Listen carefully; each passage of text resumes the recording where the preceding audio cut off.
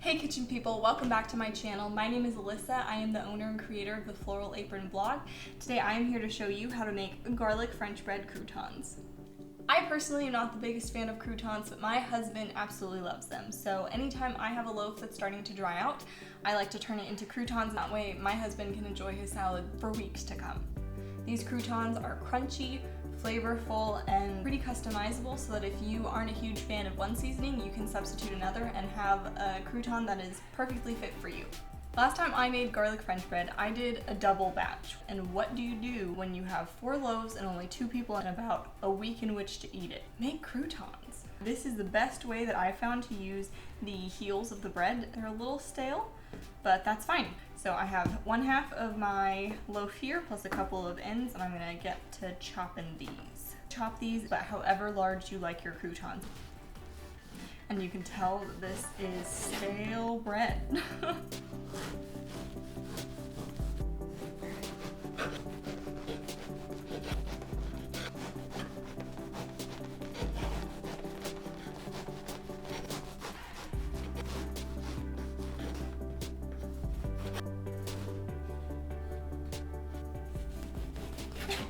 Okay, got it. Now that I have these chopped up, I'm gonna put them in a little line.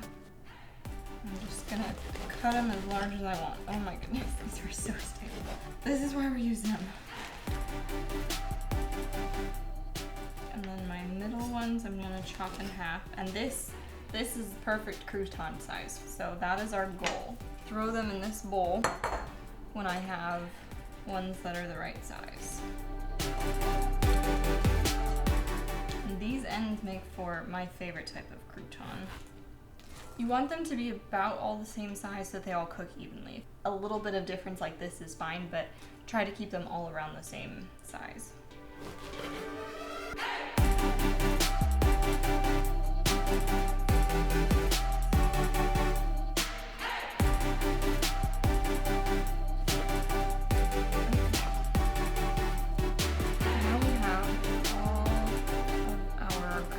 Chopped up.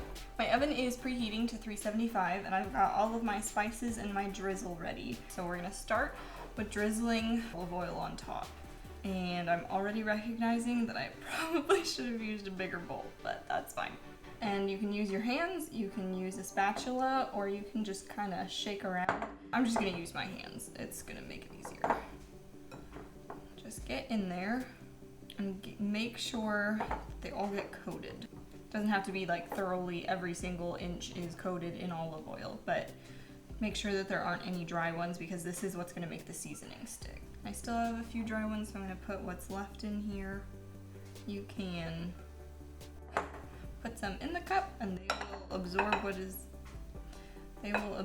is in there for you and you don't have to scrape it out. Got my salt. All of this you wanna sprinkle on top.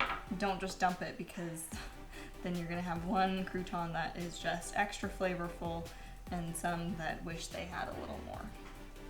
I would have used a bigger bowl, but it is currently holding something in my fridge, so we are working with this. Add in my thyme. The best part about these croutons is that you can customize them to however you like. If you know that you really love rosemary, add in a whole bunch of rosemary. If you don't like thyme, substitute another spice. If you only like garlic and you want garlic croutons, I'm not blaming you. And once this looks like it's all mixed in, add in your parsley. I can't really taste parsley. It looks pretty. It gives it a little extra green, so that's why I use it. But just look at this beautiful green. And then I'm adding in my onion powder.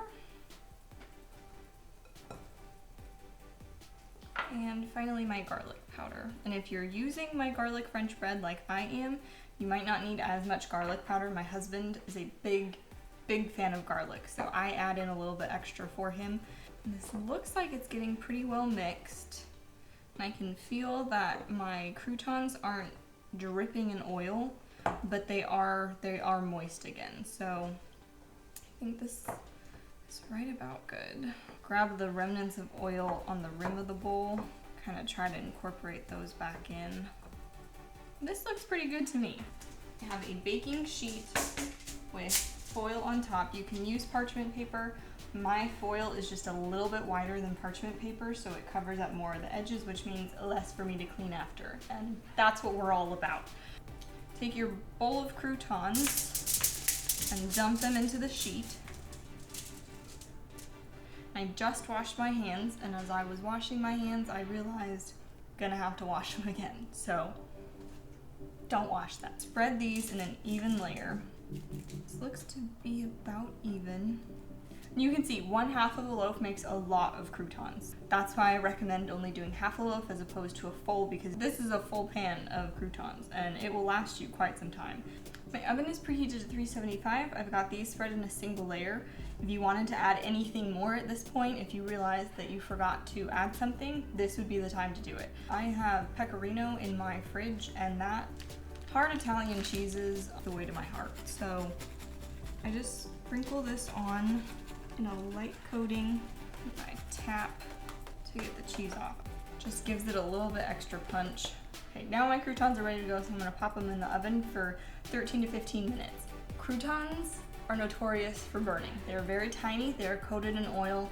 The oil starts to sizzle and then it very quickly burns. So after 10 minutes, keep an eye on them. Don't go off and come back expecting perfectly golden brown croutons after 17 minutes, because you probably will not have them. Just keep an eye on them. You should be good to go.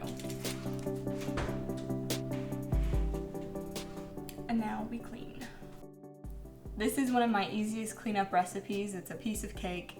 If you've seen my previous videos, you know that I like to do the dishes while whatever it is that I'm making is baking. I add an extra cleaning step of wiping the oil down with a paper towel just so it doesn't go down my drains and clog the drains. Most of what I have can go in the dishwasher. In fact, I'm pretty sure everything can except for my knife and my cutting board. So I'm gonna do the dishes up real quick.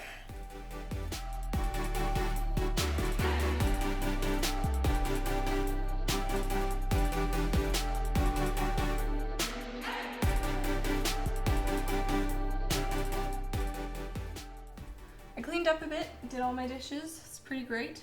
And I have about 5 minutes left on my timer, so I'm gonna check to make sure they're not burning. They look like they're doing just fine, so we're gonna let them keep going until it looks like the oil is sizzling on top of them, and you will be able to tell.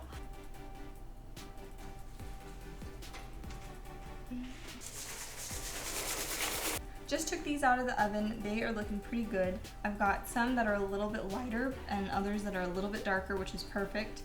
Got one side that's crispy, one side that's a little bit lighter. This is your perfect crouton. After your croutons have cooled a bit, I like to use a spatula to transfer them into the container I'm storing them in. I do not usually store them in this bowl for the purposes of this video. That's where they're going.